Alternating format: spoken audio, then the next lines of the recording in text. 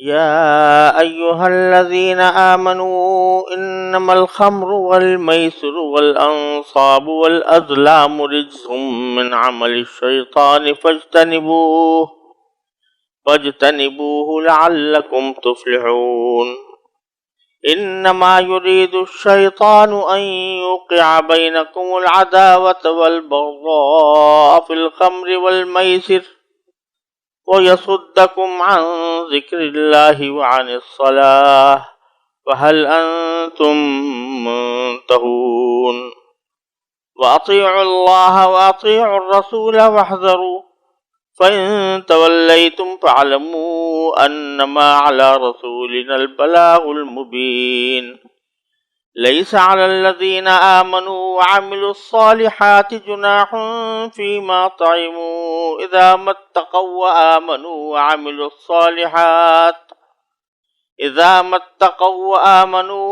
الصالحات ثم اتقوا وآمنوا ثم اتقوا وأحسنوا واللہ یحب المحسنین۔ یہ سورہ مائدہ کی آیت نمبر 90 سے نمبر 93 تک میں نے تلاوت کی ہے، اور اس کا ترجمہ یہ ہے: اے ایمان والو، شراب، جوا، بتوں کے تھان اور جوئے کے تیر، یہ سب ناپاک شیطانی کام ہے، لہذا ان سے بچو تاکہ تمہیں فلاح حاصل ہو۔ شیطان تو یہی چاہتا ہے کہ شراب اور جوئے کے ذریعے تمہارے درمیان دشمنی اور بغض کے بیج ڈال دے، اور تمہیں اللہ کی یاد اور نماز سے روک دے۔ اب بتاؤ کہ کیا تم ان چیزوں سے باز آ جاؤ گے اور اللہ کی اطاعت کرو اور رسول کی اطاعت کرو اور نافرمانی سے بچتے رہو، اور اگر تم منہ موڑو گے تو جان رکھو کہ ہمارے اس رسول پر صرف یہ ذمہ داری ہے کہ وہ صاف طریقے سے تبلیغ کرتے ہیں۔ جو لوگ ایمان لائے اور نیکی پر کاربند رہے، انہوں نے پہلے جو کچھ کھایا پیا ہے اس کی وجہ سے ان پر کوئی گناہ نہیں ہے، بشرطے کہ وہ آئندہ ان گناہوں سے بچتے رہیں اور ایمان رکھیں اور نیک عمل کرتے رہیں۔ پھر جن چیزوں سے آئندہ ان کو روکا جائے ان سے بچا کریں اور ایمان پر قائم رہیں، اور اس کے بعد بھی تقوی اور احسان کو اپنائیں۔ اللہ احسان پر عمل کرنے والوں سے محبت کرتا ہے۔ ان آیات سے پہلے یہ بیان کیا گیا تھا کہ کسی شخص کے لیے یہ جائز نہیں ہے کہ جو چیز اللہ تعالیٰ نے حلال کی ہے اس کو حرام کر دے۔ اب یہاں ان چیزوں کا بیان ہے جن کو اللہ تبارک و تعالیٰ نے حرام قرار دیا، تو کسی مسلمان کے لیے اسی طرح یہ بھی جائز نہیں ہے کہ اس حرام کو یہ کہے کہ یہ حلال ہے۔ تو چند چیزوں کا یہاں پر ذکر فرمایا ہے اللہ تبارک و تعالیٰ نے۔ اس میں فرمایا کہ سب سے پہلے تو خمر یعنی شراب، اور شراب کو اللہ تبارک و تعالیٰ نے یہاں پر خاص طور پر ذکر فرمایا ہے، اور اس کے ساتھ جوا، پھر بتوں کے تھان، اور چوتھے جوئے کے تیر۔ ان چار چیزوں کا ذکر فرمایا۔ ان میں سے ہر ایک کے بارے میں تھوڑی سی تفصیل سمجھنی چاہیے۔ پہلی چیز یعنی خمر شراب کو کہتے ہیں، اور یہ شراب اہل عرب کی گھٹی میں پڑی ہوئی تھی، اور ان کو شراب سے اتنی محبت تھی اور وہ اتنے اس کے عادی تھے کہ صرف شراب کے لیے ان کی عربی زبان میں 200 لفظ ہیں۔ صبح کو پی جانے والی شراب کا الگ نام ہے، دوپہر کو پی جانے والی کا اور نام ہے، شام کو پی جانے والے کا اور نام ہے، انگور والی شراب کا اور نام ہے، اور گیہوں والی شراب کا اور نام ہے۔ غرض 200 الفاظ عربی زبان میں شراب کے مفہوم کو ادا کرنے کے لیے رکھے گئے ہیں۔ یہ ان کے شراب کے ساتھ محبت اور تعلق کا ایک یہ عالم ہے۔ اور شراب کے بارے میں آدمی سب جانتے ہیں کہ شراب ایسی چیز ہے کہ اللہ بچائے اگر اس کی عادت پڑ جائے، لت پڑ جائے، تو اس کو چھوڑنا آسان نہیں ہوتا، الیاذ باللہ۔ جب تک اللہ تعالیٰ کی مدد شامل حال، چھوڑنا مشکل ہو جاتا ہے، چھٹتی نہیں ہے منہ سے ایک کافر لگی ہوئی۔ تو اس وجہ سے آسان نہیں تھا اہل عرب کے لیے، تو اللہ تبارک و تعالیٰ نے اس کو چھڑوانے کے لیے ایک تدریجی طریقہ اختیار فرمایا۔ ایک دم سے شراب کی حرمت کا حکم نازل نہیں فرمایا، بلکہ سب سے پہلے سورہ نحل میں اللہ تبارک و تعالیٰ نے ایک ہلکا سا اشارہ دیا، تتخذون منہ سکرا ورزقا حسنا، کہ تم اس سے نشے کی چیز بھی تیار کرتے ہو اور ایک اچھا رزق بھی تیار کرتے ہو۔ تو سکر کو، نشے کو رزق حسن یعنی اچھا رزق اس کے مقابلے میں لا کر یہ بتا دیا یہ اچھا رزق نہیں ہے، ایک ہلکا سا اشارہ وہاں دے دیا۔ جو لوگ اللہ تبارک و تعالیٰ کے فضل و کرم سے فہم و فراست کے حامل تھے، وہ اسی وقت سمجھ گئے کہ یہ اشارہ اس طرف ہے کہ نشے کی چیز اچھی چیز نہیں ہوتی، لہذا انہوں نے چھوڑنے کی کوشش شروع کر دی۔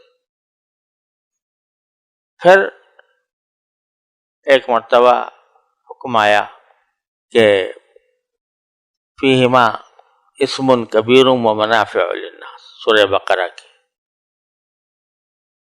219 نمبر آیت میں یہ فرمایا کہ اس میں فیہما اسم کبیر و منافع للناس،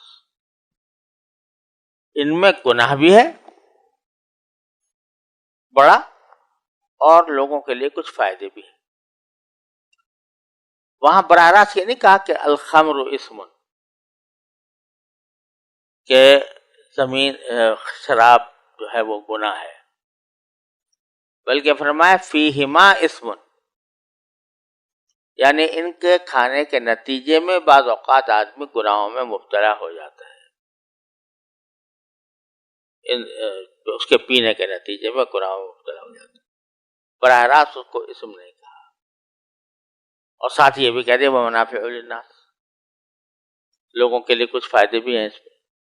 تو صراحتاً ممانعت نہیں فرمائی، لیکن ایک اشارہ دے دیا کہ جس چیز میں گناہ کے مواقع زیادہ ہوں وہ اس قابل تو نہیں ہونی چاہیے کہ آدمی اس کو استعمال کرے۔ پھر تیسرے مرحلے پر آیت آگئی کہ لا تقربوا الصلاۃ وانتم سکارى، کہ تم نماز کے قریب بھی نہ جاؤ جبکہ تم نشے کی حالت میں ہو۔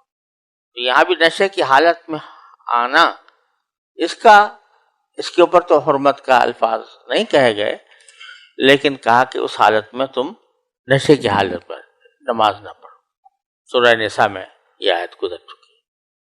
اب یہ 3 مراحل جب آ گئے تو اچھی طرح صحابہ کرام تقریباً یہ تیار تھے کہ شاید اب حکم آنے والا ہے شراب کی حرمت کا، تو سورہ مائدہ میں کھلے الفاظ میں کہہ دیا گیا کہ انما الخمر والمیسر والانصاب والازلام رجس من عمل الشیطان فاجتنبوہ، کہ یہ سب چیزیں جو ہیں یہ گندگی ہیں، شیطان کے اعمال میں سے ہیں، لہذا ان سے باز رہو تاکہ تم پھلا پاؤ۔ اس تدریج کا ایک تو نتیجہ تھا، اور دوسرا نبی کریم سرورت عالم صلی اللہ علیہ وسلم نے صحابہ کرام رضی اللہ تعالی عنہم اجمعین کے قلوب میں، ان کے دلوں میں جو فکر آخرت پیدا کر دی تھی، اور دل میں یہ بات جما دی تھی کہ دنیاوی مفادات، دنیاوی لذتیں یہ آخرت کے مقابلے میں کوئی حقیقت نہیں رکھتی. لہذا اگر اللہ جل جلالہ کا کوئی حکم آ جائے یا ہدایت آ جائے تو ہم اور سب کچھ چھوڑ سکتے ہیں، اس کو نہیں چھوڑ سکتے. یہ ایک طرف اس فکر کی آبیاری کی جا رہی تھی دلوں کے اندر، اور اس کے نتیجے میں یہ فکر پیدا ہو چکی تھی صحابہ کرام میں کہ آخرت کے مقابلے میں دنیا کی کوئی حقیقت نہیں، دنیا کی لذتوں کی کوئی حقیقت نہیں. لہذا جب یہ حکم آیا تو روایات میں آتا ہے کہ اگر کسی کے نے اپنا پیالہ شراب کا منہ کی طرف لے کر اٹھایا ہوا تھا، منہ کے قریب لے جا رہا تھا، تو اس نے اتنا گوارا نہیں کیا کہ ایک گھونٹ لے لے، اسی کو پھینک دیا. اور صحابہ کرام فرماتے ہیں کہ کئی دن تک مدینے کی گلیوں میں شراب بہتی رہی. لوگوں نے مٹکے توڑ دیے، لوگوں نے شراب بہا دی، کیونکہ حکم آ گیا تھا. اور حکم بھی اس طرح آیا کہ رجسن، کہے تو گندگی ہے، رجس کے معنی گندگی، یعنی دلوں میں یہ بات بٹھا دی کہ یہ ایسی گندگی ہے جیسے کوئی آدمی پیشاب پیے، کتنی بری بات ہے کہ اس گندگی چیز کو پی رہا ہے. ایسے ہی شراب بھی ایسی گندگی ہے کہ اس کو پینے سے آدمی کو کراہت ہونی چاہیے. اور یہ فرمایا کہ من عمل الشیطان، یہ شیطان کے اعمال میں سے ہے، کیونکہ شراب کے نتیجے میں انسان اپنی عقل کھو بیٹھتا ہے، حواس اس کے باقی نہیں رہتے. تو اس لیے یہ شیطان کا عمل ہے جو تمہیں اپنی عقل سے بھی خارج کر دیتا ہے. لہذا اس کا لازمی نتیجہ یہ ہونا چاہیے کہ فاجتنبوہ، تم اس سے پرہیز کرو، لعلکم تفلحون، تاکہ تم فلاح حاصل کرو. اب ذرا یہاں یہ دیکھ لیجیے گا کہ خمر کے ساتھ جو لفظ استعمال کیا وہ رجس کا، یعنی گندگی، نجاست کو بھی رجس کہتے ہیں. تو اس کے نتیجے میں یہ بات واضح ہوئی کہ شراب صرف اتنی بات نہیں ہے کہ وہ حرام ہے، بلکہ وہ گندی ہے. ایسی نجاست ہے کہ جیسے کہ پیشاب، جیسے کہ پاخانہ، ایسی نجاست ہے.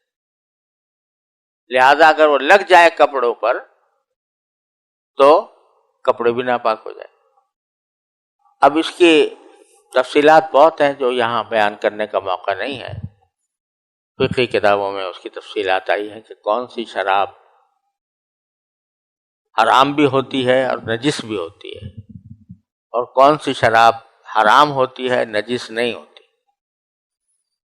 یہ سب تفصیلات فقہ کی کتابیں موجود ہیں، یہاں ان کی تفصیل کا موقع نہیں ہے. جہاں ضرورت پیش آئے تو علماء سے رجوع کر کے مسئلہ معلوم کیا جا سکتا ہے. بعض ایسی شرابیں بھی ہیں کہ جو حرام ہیں، ان کا کھانا، ان کا پینا حرام ہے. وہ جس چیز میں ڈال دی جائے اس چیز کا کھانا حرام ہے، لیکن نجس نہیں. جیسے کہ آج کل کے سنتھیٹک جو شراب ہوتی ہے، تو وہ اگرچہ اس کو کھانے میں استعمال کرنا تو بالکل حرام ہے، اسی طرح جیسے کہ عام شرابوں کا حرام. لیکن اگر وہ کپڑے کو لگ جائے تو اس سے نجاست نہیں. جیسے کہ آج کل سنتھیٹک الکوہل آتا ہے، تو وہ اگر کپڑے کو لگ جائے تو اس سے نجاست. لیکن جو اصلی شراب ہے، جو خاص طور پر کھجور سے بنائی گئی ہو، انگور سے بنائی گئی ہو، وہ نجس ہے. پھر اس کے ساتھ فرمایا بل انصاب. انصاب جو ہے یہ جمع ہے، اور اس کے لیے اس سے مراد در حقیقت وہ تھان ہوتے تھے جس کے اوپر کے بت رکھے جاتے تھے. جو بت خانے ہوتے ہیں ان میں بعض اوقات تو چھوٹے چھوٹے بت رکھے ہوتے ہیں، اور ان کی بھی لوگ جا کر عبادت کرتے ہیں. اور بعض اوقات ایک بڑا بت رکھا ہوتا ہے جو اس بت خانے کا سب سے بڑا بت ہوتا ہے، الیاذ باللہ. وہ بت جو ہوتا ہے وہ ایک چبوترا بنا کر اس پر رکھا جاتا ہے. میں چوکی بنا کر اس پر رکھا جاتا ہے. تو اس بت کے دائیں بائیں آگے کا جو حصہ ہوتا ہے، جو چبوترا ہوتا ہے جس پر وہ رکھا جاتا ہے، جس پر وہ چوکی جس کے اوپر وہ رکھا جاتا ہے، اس کو عربی میں نصب کہتے ہیں، اور انصاب اسی کی جمع ہے. نصب کہتے ہیں، نصب کہتے ہیں، اور انصاب اس کی جمع ہے. تو وہ تھان، اردو میں اس کو تھان کہتے ہیں. تو وہ تھان جو ہے، یعنی اصل خرابی تو خود بت میں تھی، لیکن وہ تھان اس واسطے ان کی برائی بیان کی گئی ہے کہ وہ تھان ہی وہ جگہ ہے جہاں پر لا کر لوگ بتوں کے نام پر اپنے جانور ذبح کرتے تھے. قربان گاہ تھی وہ، بتوں کے نام پر جانوروں کے قربان کرنے کی جگہ تھی، اس لیے اس کو نصب کہا گیا. اور اس کو بھی کہا گیا یہ بھی رجس ہے، گندگی ہے. یعنی اس کے اوپر جو جانور ذبح ہوگا وہ ایسا ہی مردار ہے جیسے کہ اپنے موت مرا ہوا جانور مردار ہوتا ہے، کیونکہ وہ اللہ تعالیٰ کے ساتھ شرک کے طور پر اس کو ذبح کیا گیا. تو وہ بھی رجس ہے، وہ بھی گندگی ہے، نجاست ہے. تیسری، اس سے پہلے میسر کا ذکر ہے. میسر کا اردو ترجمہ کیا جاتا ہے جوا، اس کو قمار بھی کہتے ہیں. اور ایک جوا تو ہے جو لوگ سبھی جانتے ہیں، جوا خانہ ہوتا ہے، اس میں بولیاں لگتی ہیں اور اس میں جوئے کا کاروبار ہوتا ہے. اور دوسرا، اس کی جو فقہی تعریف ہے وہ یہ ہے کہ کوئی آدمی اپنی دولت کو یا اپنے مال کو یا اپنی مملوکات میں سے کسی چیز کو داؤ پر لگائے کہ ہو سکتا ہے کہ یہ کچھ اور مال کھینچ کے لے آئے یا یہ بھی چلا جائے. اس طرح داؤ پر لگانا اس کو میسر کہتے ہیں. اسی کو قمار بھی کہا جاتا ہے، اسی کو جوا بھی کہا جاتا ہے. اس کی جتنی بھی شکلیں ہیں وہ سب ناجائز اور حرام ہیں آیت کریمہ کی وجہ سے. 5 صورتیں میسر کی آج کے مہذب کہلانے والے معاشرے میں ایسی تجویز کر دی گئی ہیں کہ جن کے اوپر لوگ جوا کا اطلاق نہیں کرتے، لوگ اس کو جوا نہیں سمجھنے لگے، لیکن ہے وہ جوا.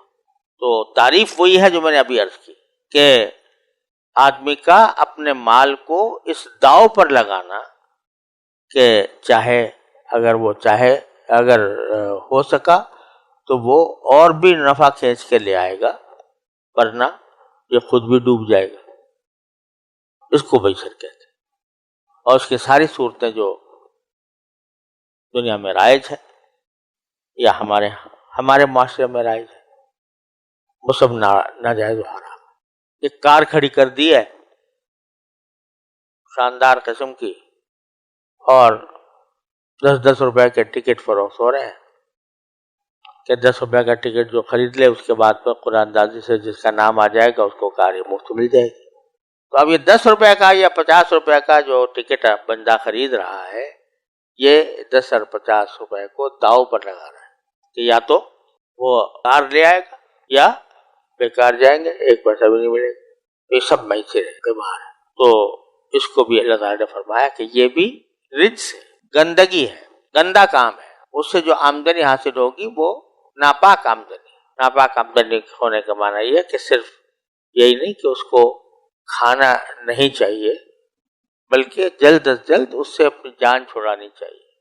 جیسا کہ اگر کپڑے پر نجاست لگ جائے تو آدمی کا کیا کام ہے کہ اس کو جلد از جلد دھو کر صاف کرے. تو اگر جوئے کی آمدنی کسی کے پاس آ گئی ہے تو وہ بھی ایسے ہی ہے جیسے کہ اس کے کپڑے پر نجاست لگ گئی. لہذا اس کو جلد از جلد چھڑانا چاہیے. کیسے چھڑائے گا کہ اپنی جان چھڑائے، اس سے کسی کو فقیر کو دے دے، کسی غریب کو دے دے، کسی رفاہی کام میں لگا دے، لیکن اپنی جان چھڑائے. اسی لیے فقہاء کرام نے فرمایا کہ ایسے موقع پر جو حرام آمدنی آ جائے تو جان چھڑانے کی نیت سے اس کو دینا چاہیے. یہ نہ سمجھنا چاہیے کہ میں صدقہ کر رہا ہوں، صدقے کا ثواب مجھے ملے گا. ہوگا صدقہ، لیکن وہ تمہاری طرف سے نہیں ہوگا، جو اس کا اصل مالک ہے اس کی طرف سے ہوگا. لہذا اس پہ ثواب کی نیت نہیں. ہاں، بزرگوں نے فرمایا ہے کہ اگرچہ اس صدقے کا ثواب اس کو نہیں ملے گا، لیکن انشاءاللہ اللہ تعالیٰ کے حکم کی تعمیل کا ثواب ملے گا، کہ اللہ تعالیٰ نے فرمایا تھا کہ بھئی اس کو اپنے استعمال میں نہ لانا، جان اس سے چھڑا لینا، تو تم نے جان چھڑا لی اللہ تعالیٰ کے حکم، تو انشاءاللہ اس چھڑانے کا اور اللہ تعالیٰ کے حکم کی تعمیل کا ثواب ملے گا۔ صدقے کا نہیں ملے گا، لیکن تعمیل کا ثواب انشاءاللہ ملے گا۔ اور ایک ہی عمل سے کئی لوگوں کو ثواب ملنا، اس کی بہت نظیریں ہیں شریعت میں۔ تو بہرحال تو اس سے صدقے کا ثواب ملے گا اس کو جو اس کا اصل مالک تھا، جس سے گویا زبردستی چھین کے پیسے حاصل کیے گئے جوئے کے ذریعے، یا اس کو ملے گا، اور دوسری طرف تمہیں اللہ تعالیٰ کے حکم کی تعمیل کا ثواب ملے گا۔ اور اسی طرح انصاب کو کہہ دیا، یعنی وہ تھان، وہ بھی نجس ہے، اس معنی میں کہ جو جانور وہاں پر لا کر ذبح کیا جاتا ہے وہ نجس ہو جاتا ہے، وہ مردار کے حکم میں، لہٰذا وہ تھان بھی نجس ہو گئے۔ والازلام، اور تیر، جوئے کے تیر، یہ اہل عرب کے یہاں ایک طریقہ ہوتا تھا کہ بعض اوقات ایک اونٹ انہوں نے مثلا ذبح کیا اور سب نے مل کے پیسے ڈالے تھے اس میں برابر اس کو خریدنے کے لیے، اب سب اس کے مشترک حصے دار تھے، تو ہونا تو یہ چاہیے تھا کہ بھئی اگر اس میں 10 آدمیوں نے حصے ڈالے ہیں تو ہر ایک کو 10 حصے کر کے ہر ایک کو برابر دے دیا جاتا، لیکن وہ اس میں ایک جوا کھیلتے تھے۔ جوا یہ کھیلتے تھے کہ تیر بنا لیے اور کسی تیر پر لکھا کہ آدھا حصہ، کسی میں لکھا چوتھائی حصہ، کسی میں لکھا 8واں حصہ، کسی میں لکھا 10واں حصہ، کسی میں لکھا 20واں حصہ، اور 2-3 تیر جو ہیں وہ خالی چھوڑ دیے، اس میں کسی کا نام نہیں لکھا، نہ کوئی حصے کا نام ہی نہیں لکھا۔ اب وہ سارے تیر جو ہیں وہ ایک تھیلے میں جمع کر کے اس کو گٹمٹ کر کے، اور اس کے بعد ان کو نکالا جاتا تھا کہ بھئی تم نکالو تمہارا کیا کون سا تیر ہے، وہ ایسے ہی ہاتھ ڈال کے نکالا، میرے حصے میں آدھا آ گیا تو آدھا اونٹ میرا ہو گیا، دوسرے کے ہاتھ میں چوتھائی آ گیا، چوتھائی اس کا ہو گیا، اسی کے ہاتھ میں 20واں حصہ آ گیا، وہ 20واں حصہ اس کا ہو گیا، اور جس کے ہاتھ میں وہ خالی تیر آ گیا وہ مارا گیا بیچارہ، اس کے پاس اس کو کچھ بھی نہیں ملے گا۔ یہ تھا استقسام بالازلام،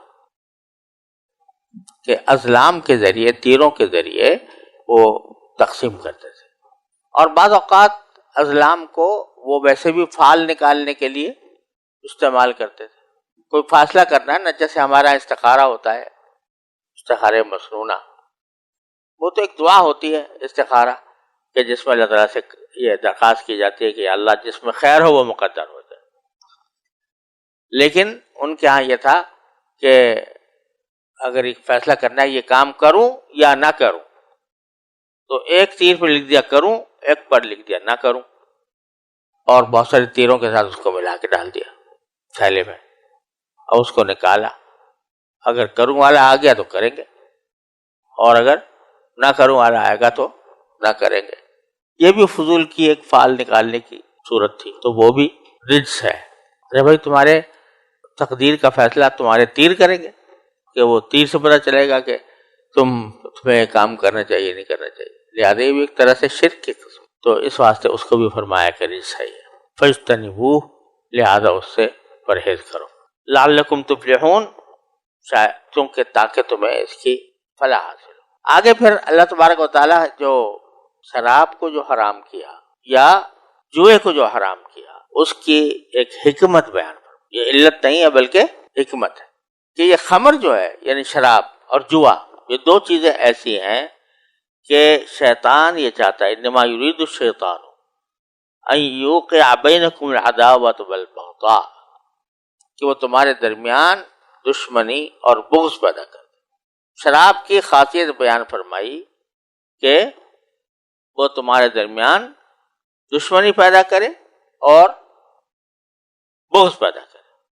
تو مشاہدہ بھی یہ ہے کہ جب یہ شراب کے نشے میں آدمی دھت ہو جاتے تھے نا تقریبات کے اندر، اوقاز کے میلے میں، ظلم جنہ کے میلے میں، تو جب شراب میں دھت ہوتے تھے تو اس میں کچھ بھی گر گزرتے تھے اور اس کے نتیجے میں لڑائیاں شروع ہو جاتی تھی.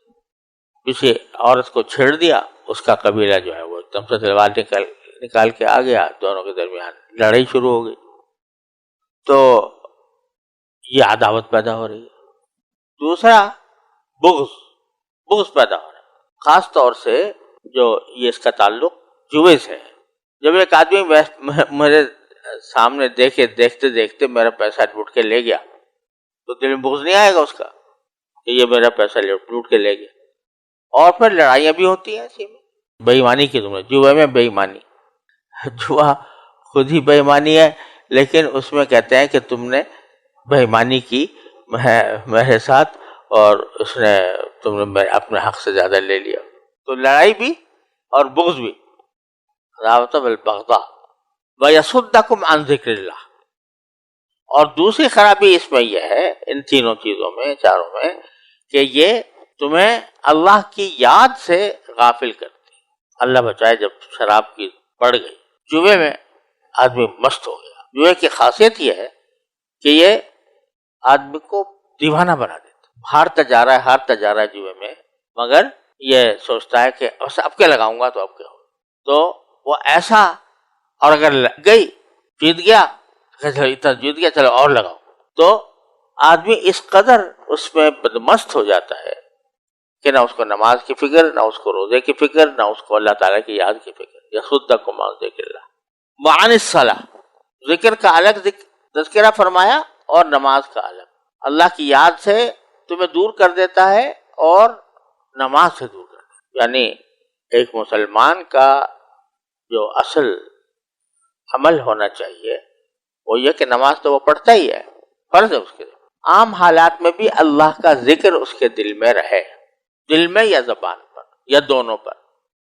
چلتے پھرتے اٹھتے بیٹھتے بھی اس کے خیالات جو ہیں وہ ادھر ادھر بھٹکنے کے بجائے اپنے اللہ کے اوپر مرکوز ہوں، بجائے ادھر ادھر کی باتیں سوچنے کے سوچے اللہ نے مجھے کتنی نعمتیں دے رکھی ہیں، کیا کیا نعمتوں میں کن کن نعمتوں میں پل رہا ہوں، تو ان کی طرف دھیان کر کے یہ کس نے دی ہے؟ میرے مالک نے دی ہے، میرے خالق نے دی ہے، میرے اللہ نے دی ہے.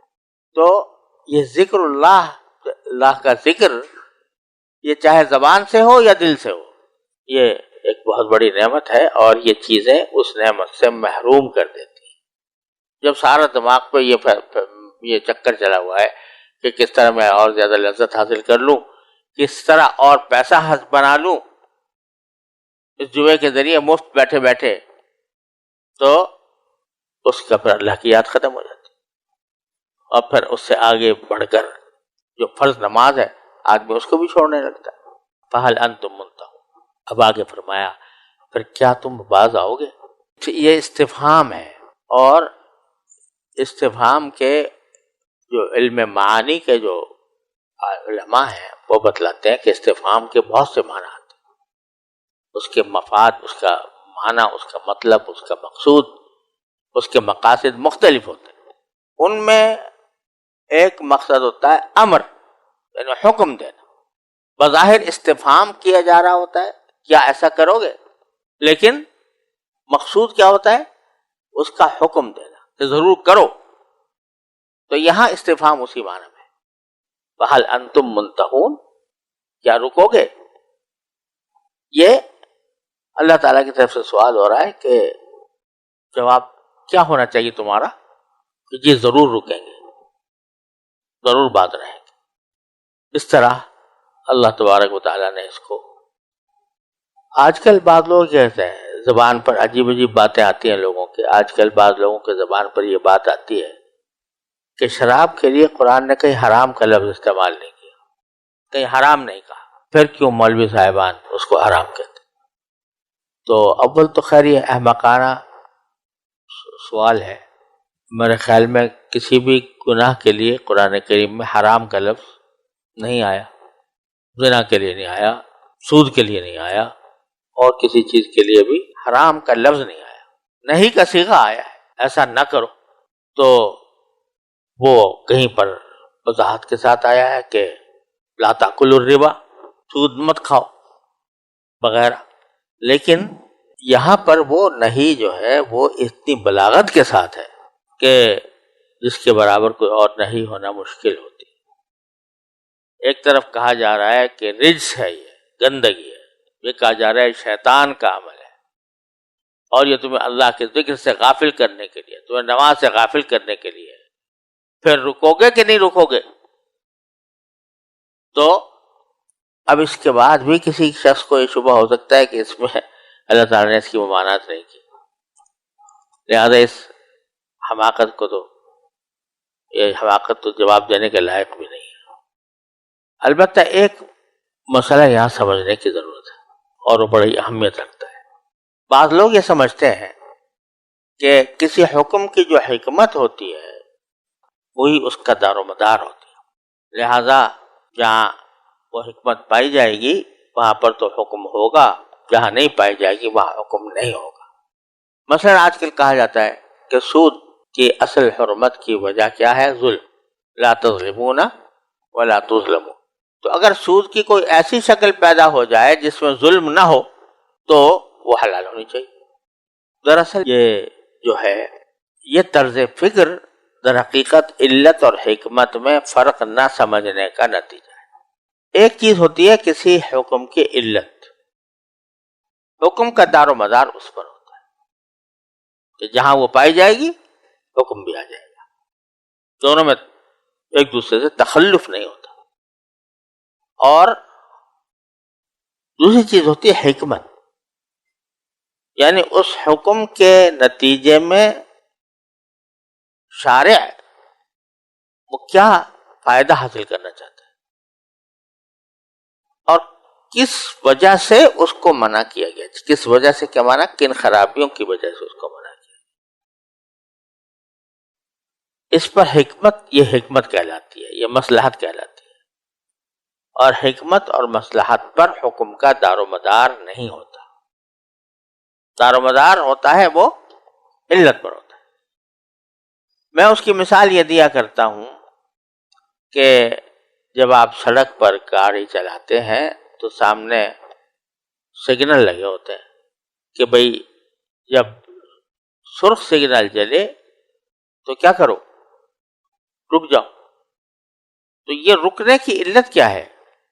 لائٹ کہ یہ سرخ بتی کا جلنا یہ علت ہے. اور حکمت کیا ہے؟ حکمت یہ ہے کہ تصادم سے لوگوں کو بچایا جائے. لیکن دار و مدار رکنے کا کائے پر ہوگا؟ سرخ بتی پر، نہ کہ اس فیصلے پر کہ تم خود سوچو کہ میں اگر پار کر جاؤں گا تو اس سے ایکسیڈنٹ ہوگا یا نہیں ہوگا. اگر کوئی شخص یہ کہے کہ بھئی بتی بے شک جل رہی ہے لیکن بالکل سڑک میں ایک دو گاڑیاں ہیں آرام سے گزر جائیں گے، کوئی مسئلہ نہیں ہے، تو وہ کہے کہ بھئی میں اس وجہ سے میں اس سگنل کو کراس کر جاتا ہوں، تو کیا وہ قانون میں پکڑا جائے گا کہ نہیں پکڑا جائے گا؟ پکڑا جائے گا، اس لیے کہ تمہارا کام اس سرخ بتی کو دیکھنا تھا، تمہارا کام اس کی حکمت اور مصلحت پر جانا نہیں تھا. اگر ہر ایک آدمی کو اس کی اختیار دے دیا جائے کہ تم اپنی حکمت اور مصلحت جہاں دیکھو اس کے اوپر عمل کرو ورنہ چھوڑ دو، تو ایک کیوس پیدا ہو جائے، ایک لا قانونیت کا دروازہ ہو جائے اور بالآخر وہ پھر کسی نہ کسی تصادم پر منتج ہوگا. تو حکم کا دار و مدار علت پر ہوتا ہے نہ کہ حکمت پر. اب یہاں جیسے سود کی بات میں کہہ رہا تھا، تو سود میں ظلم جو ہے وہ علت نہیں ہے، وہ کیا ہے؟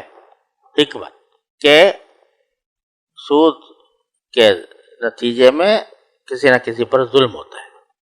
اب کوئی آدمی کہے کہ جی میں تو ایسا کر رہا ہوں اس طرح کے، اس میں ظلم نہیں ہو رہا، اس کی میں نے پوری رضامندی لے لی ہے، آدمی بھی مالدار ہے، فلانا ہے، لہذا مجھے اجازت ہونی چاہیے. تو یہ بات اس کی اس لیے صحیح نہیں کہ سود کی جب تعریف صادق آ جائے گی تو وہ سرخ بتی ہے. تعریف کیا ہے؟ کل قرض جر نفع، ہر وہ قرض جو ساتھ میں کوئی نفع لے کر آئے وہ سود ہے، وہ ربا ہے. جب یہ پائے گئی تو سرخ بتی جل گئی.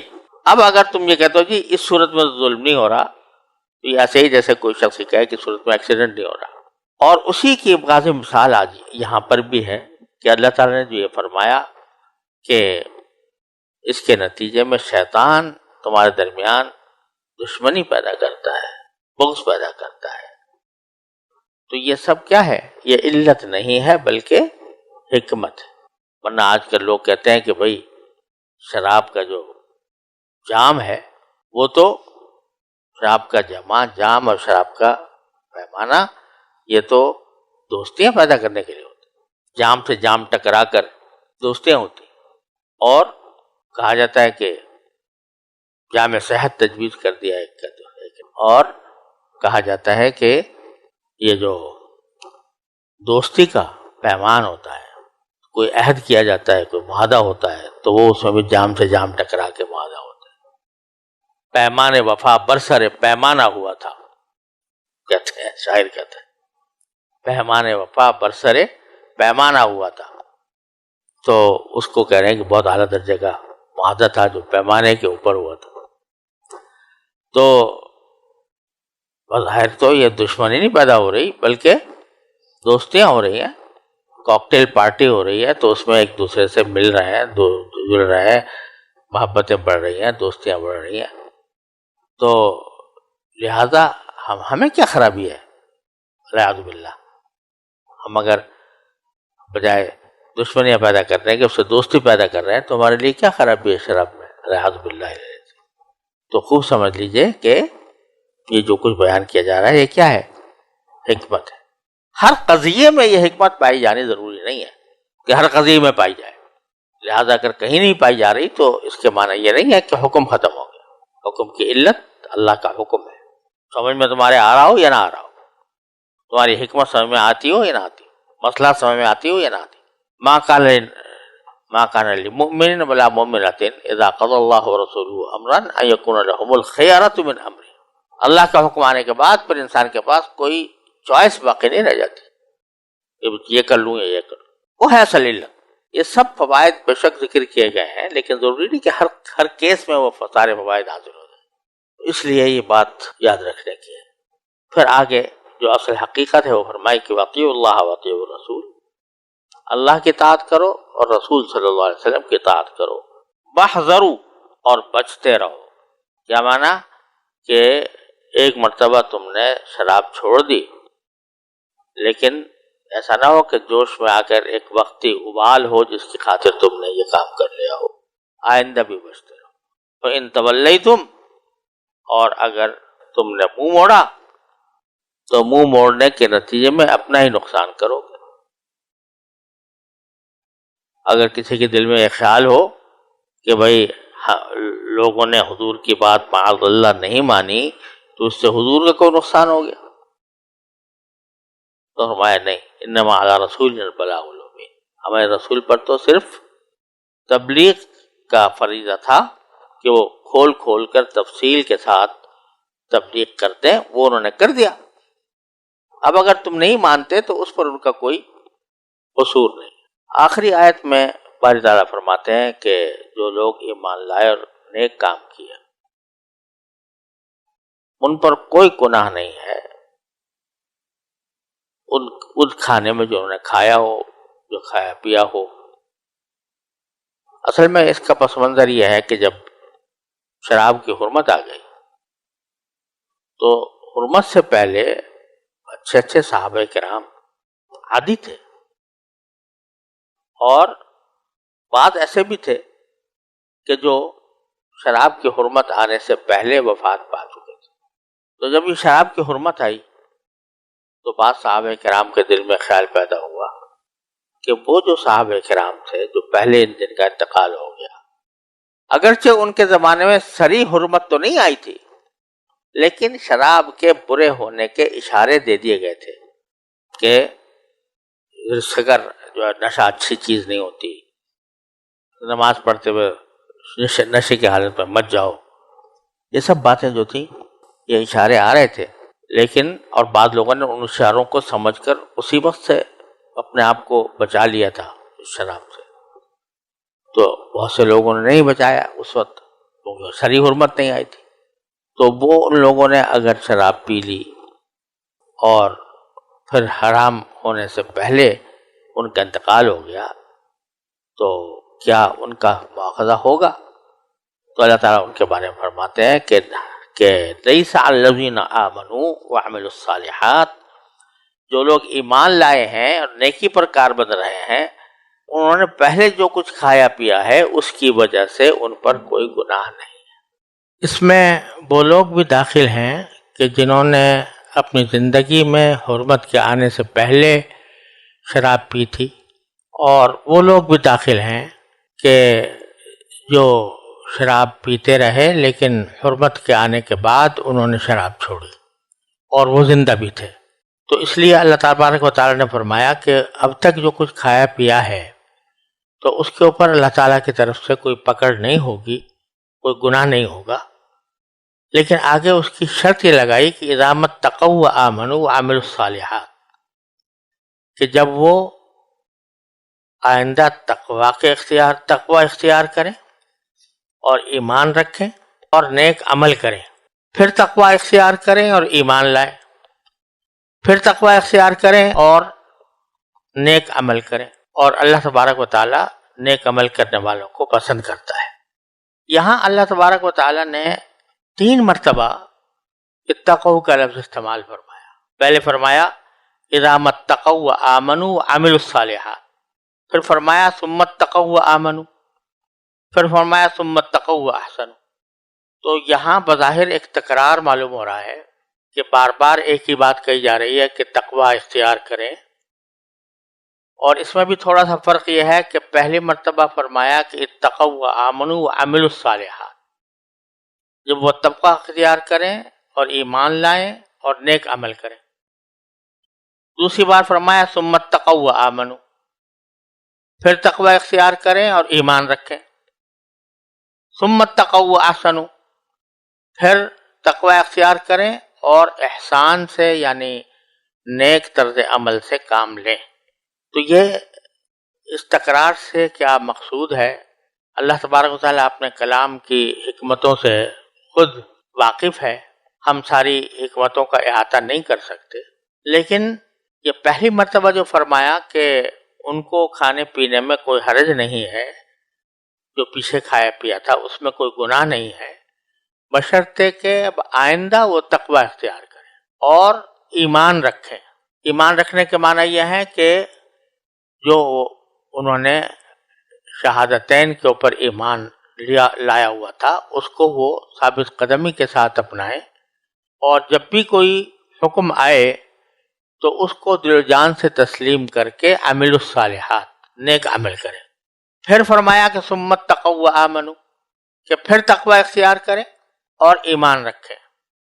مطلب یہ کہ یہ تقوی کی جو صفت ہے یہ کوئی عارضی نہیں ہونی چاہیے بلکہ مستقل ہونی چاہیے، اور آئندہ بھی تقوی اختیار کریں، اور تقوی اسی وقت حاصل ہوگا جبکہ ایمان پختہ ہو۔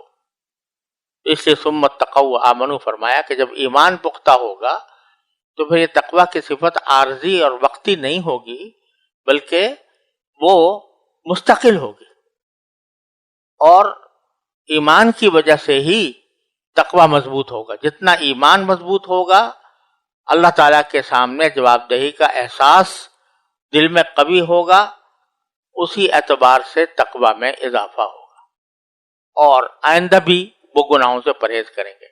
پھر فرمایا ثم اتقوا واحسنوا، پہلے جملے میں یعنی ثم اتقوا وآمنوا میں تقوی کا جو بنیادی سبب ہے اس کو بیان فرمایا گیا ہے کہ ایمان جتنا مضبوط ہوگا اتنا ہی تقوی پیدا ہوگا۔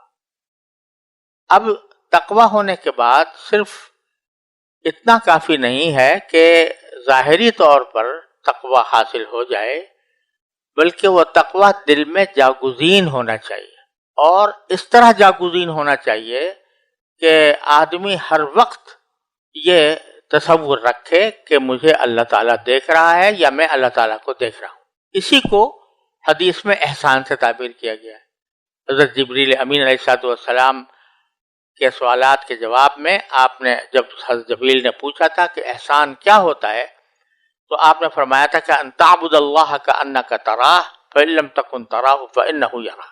یہ انسان کے روحانی ترقی کی آخری منزل ہے۔ تو بتلایا جا رہا ہے کہ جب فوری طور سے تقوی اختیار کیا اور نیک عمل شروع کر دیا، پھر اس کو عارضی نہ سمجھا بلکہ ایمان کی وجہ سے اس تقوی پر آئندہ بھی کاربند رہے۔ پھر کاربند رہنے کی جو صفت ہے وہ صرف فرائض کو ادا کرنے اور ٹالنے کی حد تک محدود نہیں، بلکہ آدمی تقوی اور اس کے مطابق عمل صالح کا جو ارتکاب کرے یا اس پر جو عمل کرے تو وہ اس تصور کے ساتھ کرے کہ مجھے اللہ دیکھ رہا ہے یا میں اللہ کو دیکھ رہا ہوں۔ تو یہاں پر بتایا جا رہا ہے کہ یہ تقوی ایک جہد مسلسل ہے۔ ایسا نہیں ہے کہ ایک مرتبہ تقوی کا خیال دل میں پیدا ہو گیا اور پھر آدمی اس کو وقتی طور پر اس کو اوپر عمل کر کے گزر گیا، بلکہ جوں جوں اس تقوی کے عمل میں ترقی ہوگی، جوں جوں اس میں اضافہ ہوگا، تو پھر انسان آخری منزل احسان تک پہنچے گا، کیونکہ سارے اعمال صالحہ جتنے نیک عمل ہیں ان کی آخری منزل احسان ہے۔ ان تعبد اللہ کأنک تراہ فإن لم تکن تراہ فإنہ یراک۔ تو بتلایا جا رہا ہے کہ تقوی ایک مسلسل عمل ہے اور مسلسل عمل کرتے کرتے اس کی آخری منزل تک انسان پہنچتا ہے جو احسان ہے۔ واللہ یحب المحسنین، اور اللہ تعالیٰ نیک کام کرنے والوں کو یا احسان کا درجہ حاصل کرنے والوں کو محبوب رکھتا ہے، ان کو پسند کرتا ہے، ان سے محبت رکھتا ہے۔ تو یہ ہمیں ٹریننگ کا ایک طریقہ بتایا جا رہا ہے کہ تم اپنی تربیت، روحانی تربیت اس طرح کرو کہ تقوی کرتے رہو کرتے رہو کرتے رہو، چاہے بظاہر شروع میں وہ بے روح معلوم ہو، اس کے اندر جان کم ہو، لیکن جو جو ایمان ترقی کرے گا اس میں تقوی میں ترقی ہوگی، اور پھر ایمان اور تقوی دونوں کی ترقی کے نتیجے میں تمہارے اندر جو تقوی کی اصل گہرائی ہے اور اس کی جو اصل صفات ہیں اور اس کی جو اصل کوالٹی ہے وہ در حقیقت پیدا ہوگی بار بار کرنے سے، مستقل کرنے سے، مسلسل کرنے سے، اور وہ آخری منزل